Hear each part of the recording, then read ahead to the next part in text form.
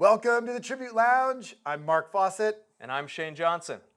And we're back. We're back. We're back in the lounge. We're above water. It's We're underground. we're underground, but we're above water, which Cheers. is key. Cheers to that. Yeah, May 19th it all went down. Today is March 14th.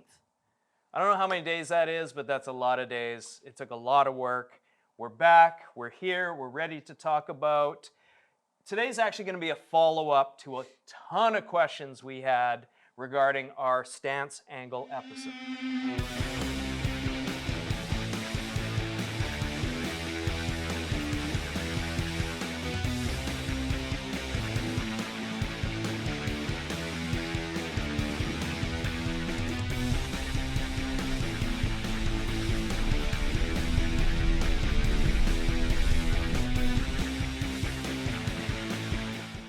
Correct. So we did a lot of deep dives on actually the stance angles. Yep. We talked about centering your boot binding combo over the edges.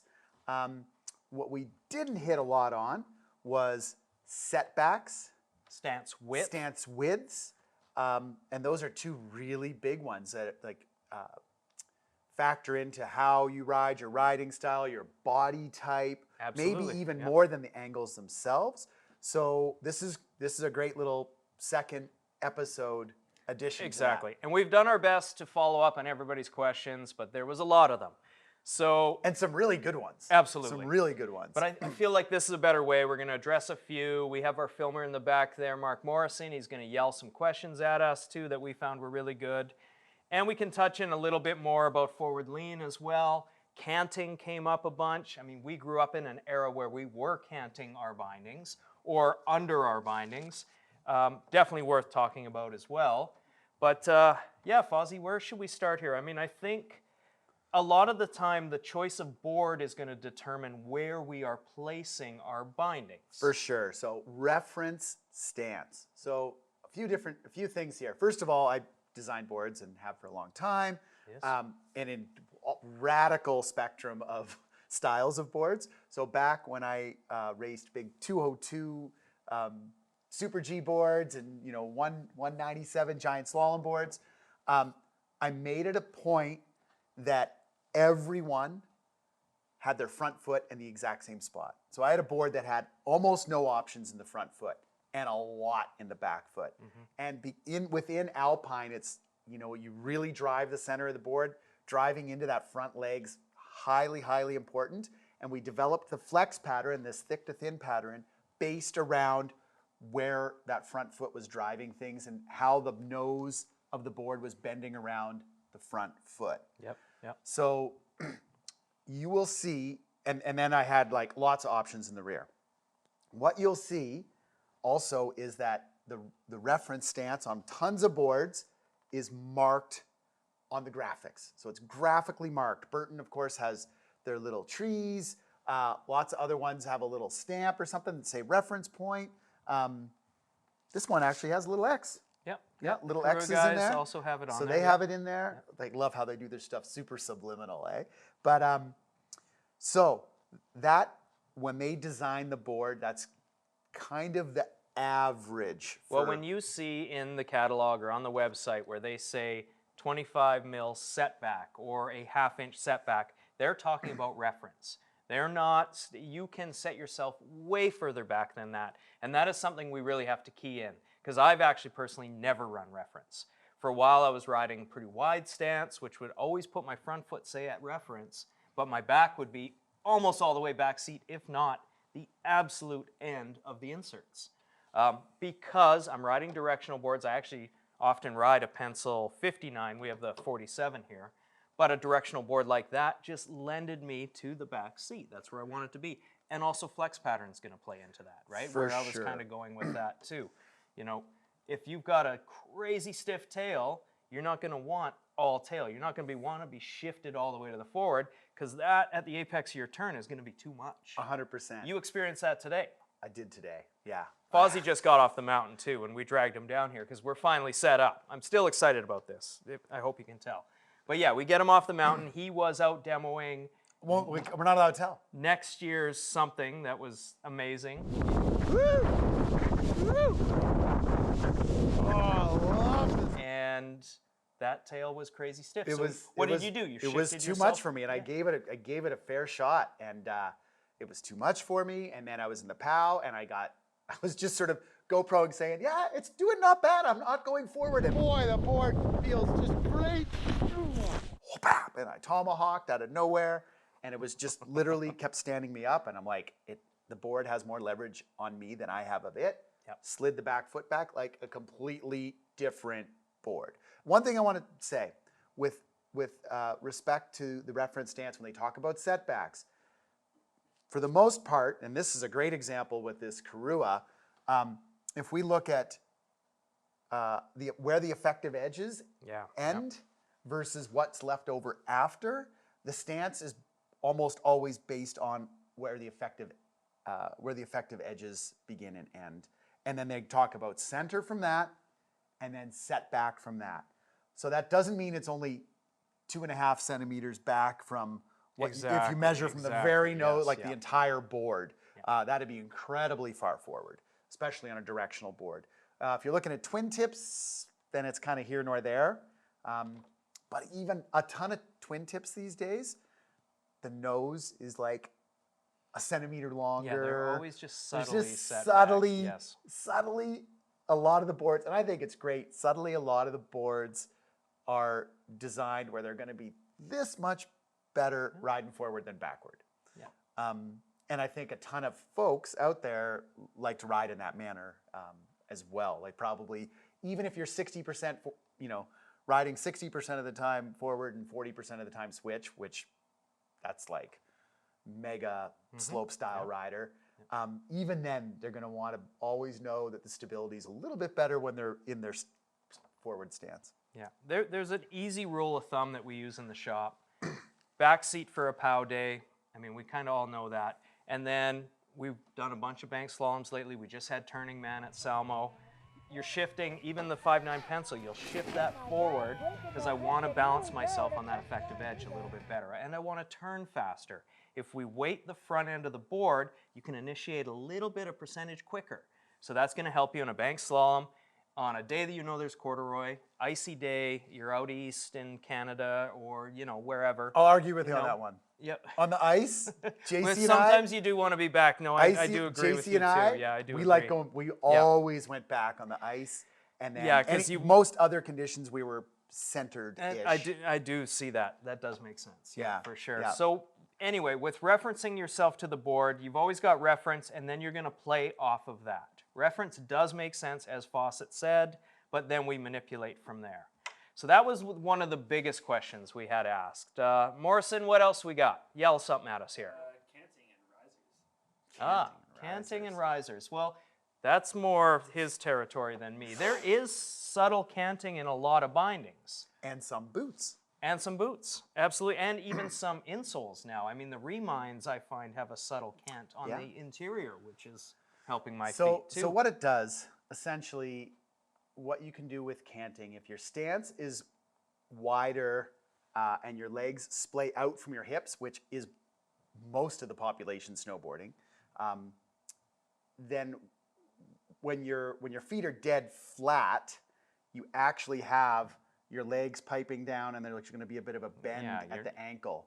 And so what the canting does is it just straightens all your whole bone structure out.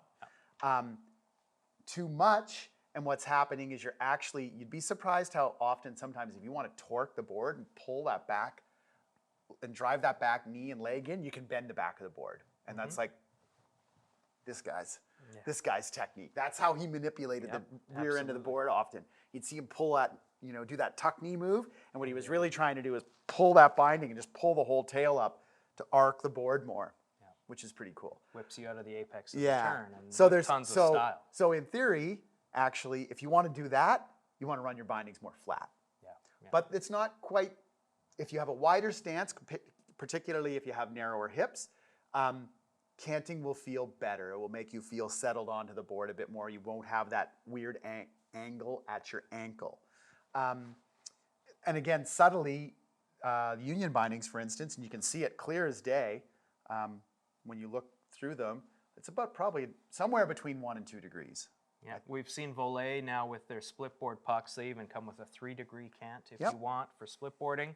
Again, my experience has been a slightly wider stance. I appreciate it. If I go down to sort of 21, you'd maybe only want it on, not as much. Obviously, because again, we're talking about this kind of how your hips splay and what your width is, and we can talk to that a little bit too, right? Yeah. Stance widths kind of play into canting and everything else. And that's I'll do why risers first. Real Well, quick. risers 'Cause are it was your part of the territory. question. Yes. Risers. So what risers do? First of all, it simply gives you more leverage over the edge. So pushes you if we were trying to like torque this board over with a screwdriver, and then all of a sudden we gave you a longer screwdriver, you're going to have more leverage to pry it back and forth.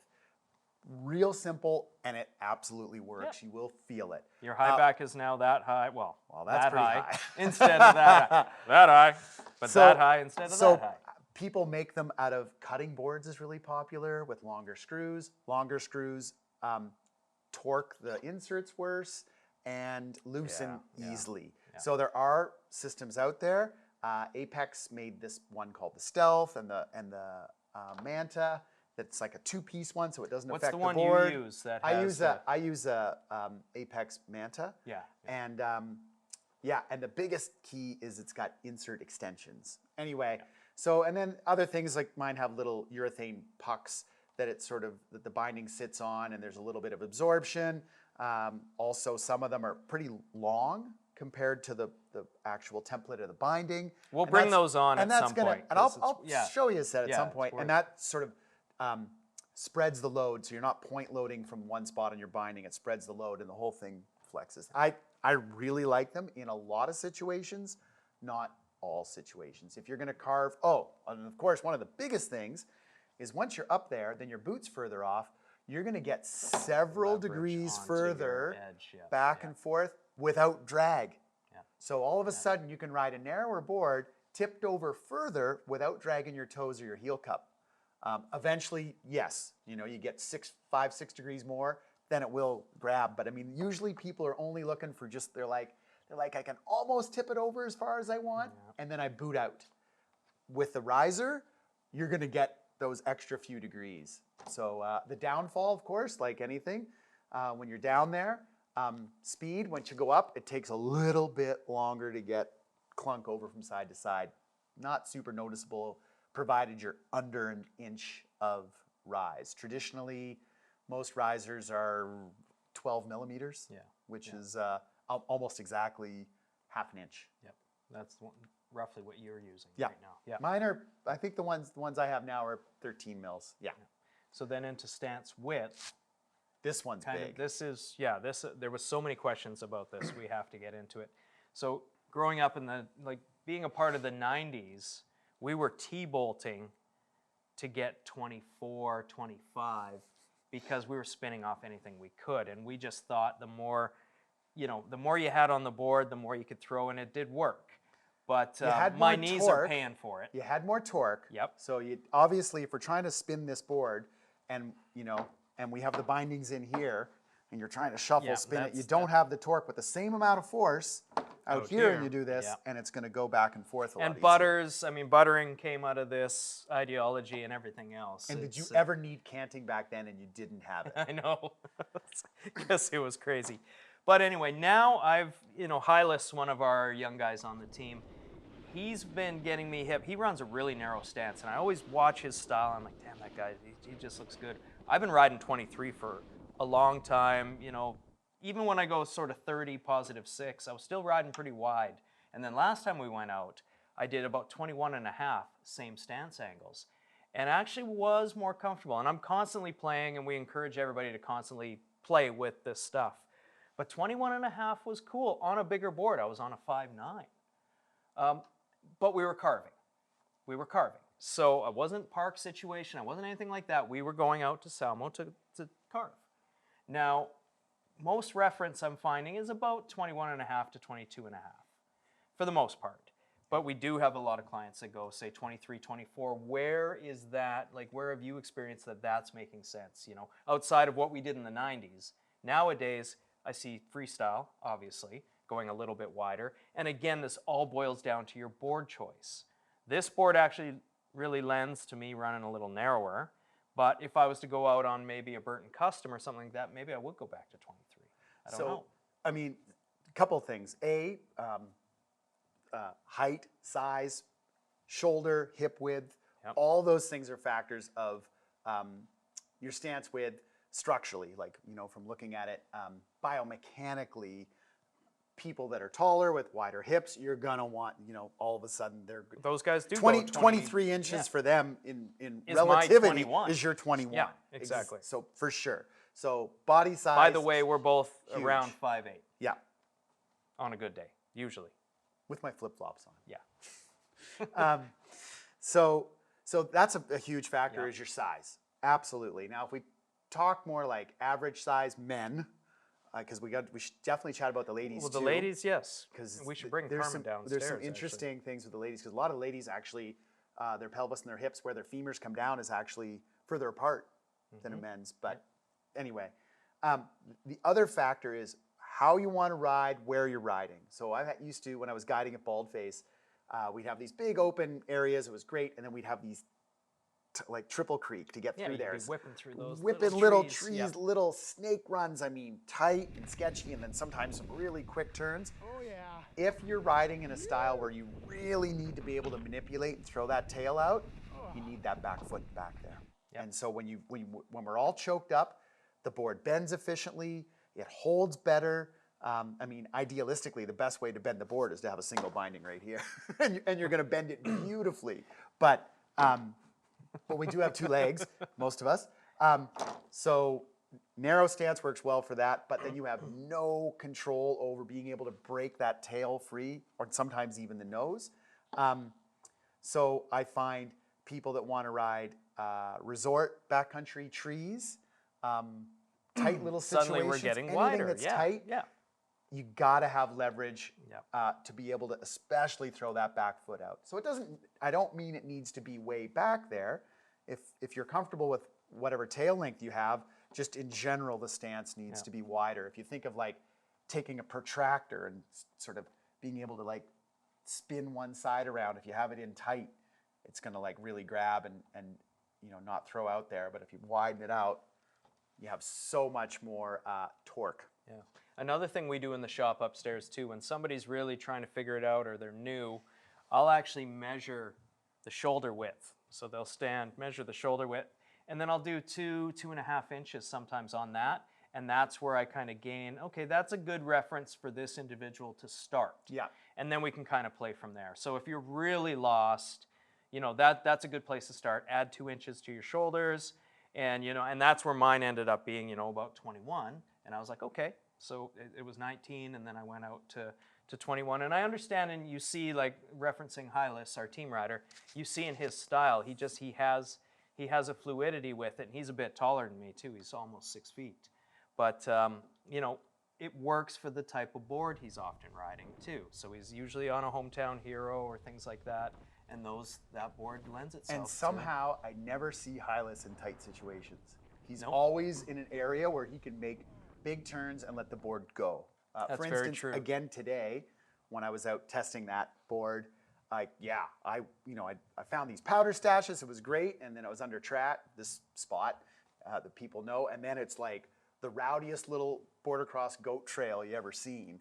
And I was like, thank God I had my back. Yeah, you don't want a ton of tail in those Yeah, situations. I needed to like, 'cause I was it's- going along and all of a Yeah. sudden I had to just throw that tail and put that whole board sideways in like a millisecond.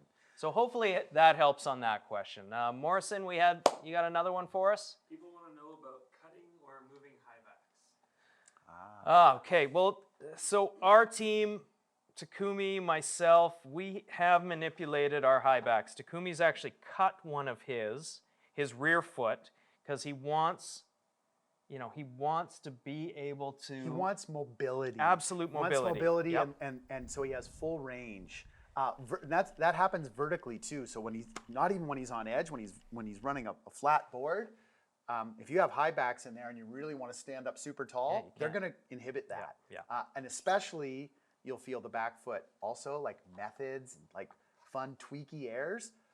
so much easier, Yep. especially methods with very limited or almost no rear high back. And same reason why on a now binding, I was sometimes taking the high back off. They have a higher heel cup, so I was just using that as my cradle. And I could absolutely straighten my front leg on a heel side turn, a la that man again behind us. And Rob Morrow. Yeah, Rob Morrow, He was the absolutely. king of it. Just to have that style, that, you know, that surf style. But again, when things get choppy, it does get sketchy. It gets loose really quick. And that can kind of take us into, so that's reasons not to have it. Reasons to have forward lean. These guys have a great little dial-in system. These are next year's Atlas Pro. So you're getting a quick preview of a very nice colorway of those. But forward lean adjustment, I mean, this is across the board. Everybody has a different, I don't use any. Fawcett adds a bunch to his front foot at times, right? Terje runs a bunch in his back foot only. Foot, yep. I mean, has a front high back, but runs more in his back foot. So in general, I think I said this before, initiating a heel turn will start more from your front leg, just by nature of that, the way you're loading and structurally sort of starting a little bit of a rotation, you're gonna feel it in the front high back or the front leg more than the rear foot. Because of that, and if you want more response, if you want that heel turn to happen quicker, more forward lean in that front high back. And then that's gonna, like the second you start touching that high back, it's gonna engage and it's gonna start putting that whole front half of the board and board up on edge. Traditionally, when you're doing a heel turn, after you start it, then you can start to feel the back one. A lot of people like to put a bunch of forward lean in their back high back because they actually feel when they're doing a heel turn, they're like don't even feel like they're touching. Yeah, it. so this now is engaged So now the all whole of a sudden, time. all of a sudden, if you put a bunch in your back foot, Yeah. then you can kind of feel and settle into both high backs, which is really nice. I like Takumi, I like to have a little bit more mobility in my back leg for all sorts of other things. So I try to ride without so much in my back high back. And then add it up front. Well, here. the other thing I do is I have a heel lift inside between my liner and my shell of my boot. I have a heel lift. Both feet or just the back foot. Just your back foot. And that's So an your alpine arm- race thing. Because their angles are so stacked, they have to do it, or they're like all bow-legged and weird. And they have like one, over an inch thick. That's a whole other show. Is That's boot a whole fitting other and show, shims, and we can I'm do that. just so you know, because this is an No, that's advanced good. one, I do that instead of a bunch of forward lean in my back, high back. And I mean, like I literally have made one out of those with duct tape and trail maps. I happen to have a nice, Stack it, I yeah. happen to have a nice EVA, high density EVA foam wedge in there now. It's pretty, like I don't like riding without it. Perfect. So I switch it in boots. The one thing, and I think we did talk about in the last episode too, of course, is high back rotation. I'm a big fan of making sure, particularly front foot, if you have a lot of angle, you want that high back as parallel to the edge as possible, Absolutely, because yeah. that's the direction that your vector of your leg is going. So if your high back's, if you have a pretty strong angle in the front and your high back's way back here and your leg's going this way, you'll feel yourself just sliding skip right out. Yep. skip right on past the high back. So No, I'm so that's huge key, fan, and I know some people at Union that would love to get rid of the rotatable high backs. No, but it's in there. But it's in there, and Yep. we know Burton, of course, has Burton like does a it, really good yeah. system for that. So rotating them, again, it's all personal preference, like how much response you want. So that's what that'll be for, and how much mobility. Yeah, And finding front that or balance. back leg, Because you can depending on crank your the style. hell out of both of them, and you're going to rip the gnarliest heel turns ever. Or But- half pipe. You saw it a lot in half pipe. Yeah, but like if you're wanting to do anything linear, No, you'd be too just over compressed. you'd rollers be- and stuff, like you're not able. Every time you want to stand straight up, you're going to end up on your heels. Yeah. Okay, Morrison, what's another question we had from the guys? What about centering your straps over your boots? Yes. Okay. That's a really so good one. That is a good one. And luckily, all of the binding brands have made a quick, toolless, easy on the hill, easy in the shop.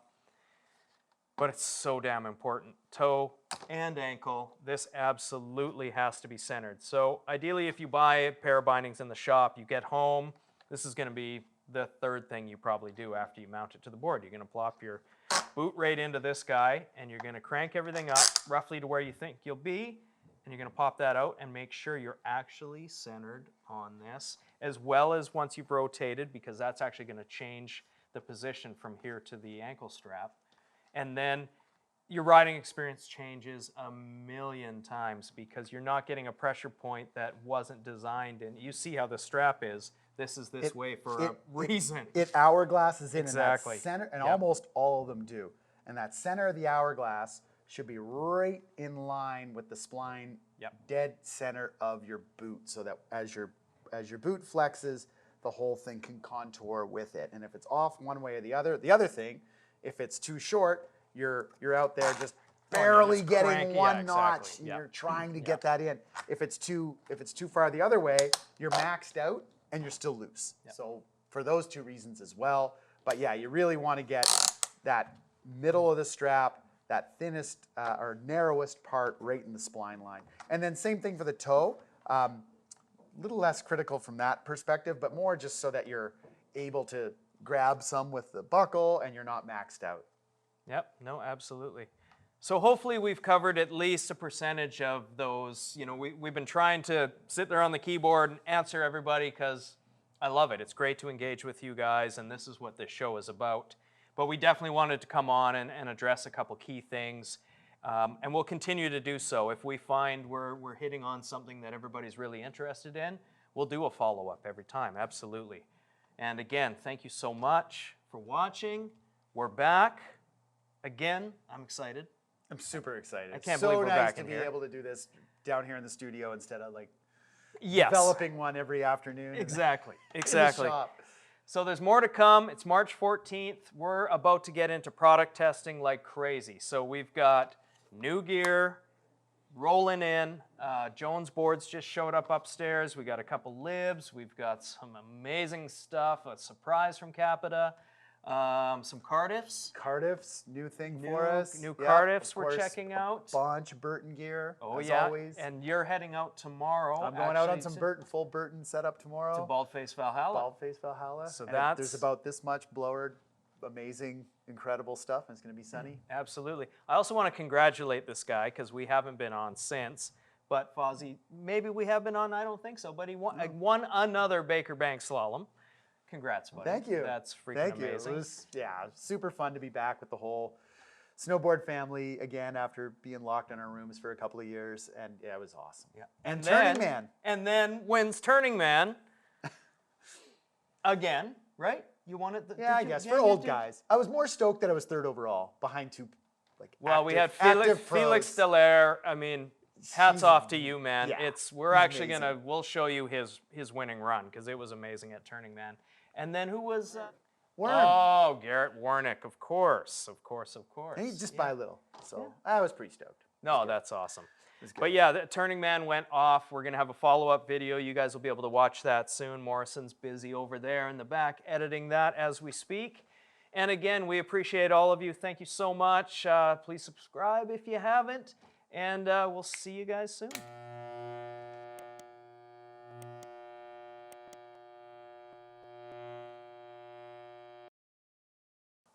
What are you drinking? Beer, IPA. Backroads, NBC. Wild Honey, NBC. Yeah. Cool. We Okay, should maybe let's do one it. of these guys should sponsor us. 100%. Yeah. Yeah. You guys Okay. can fight about it, but somebody should sponsor us.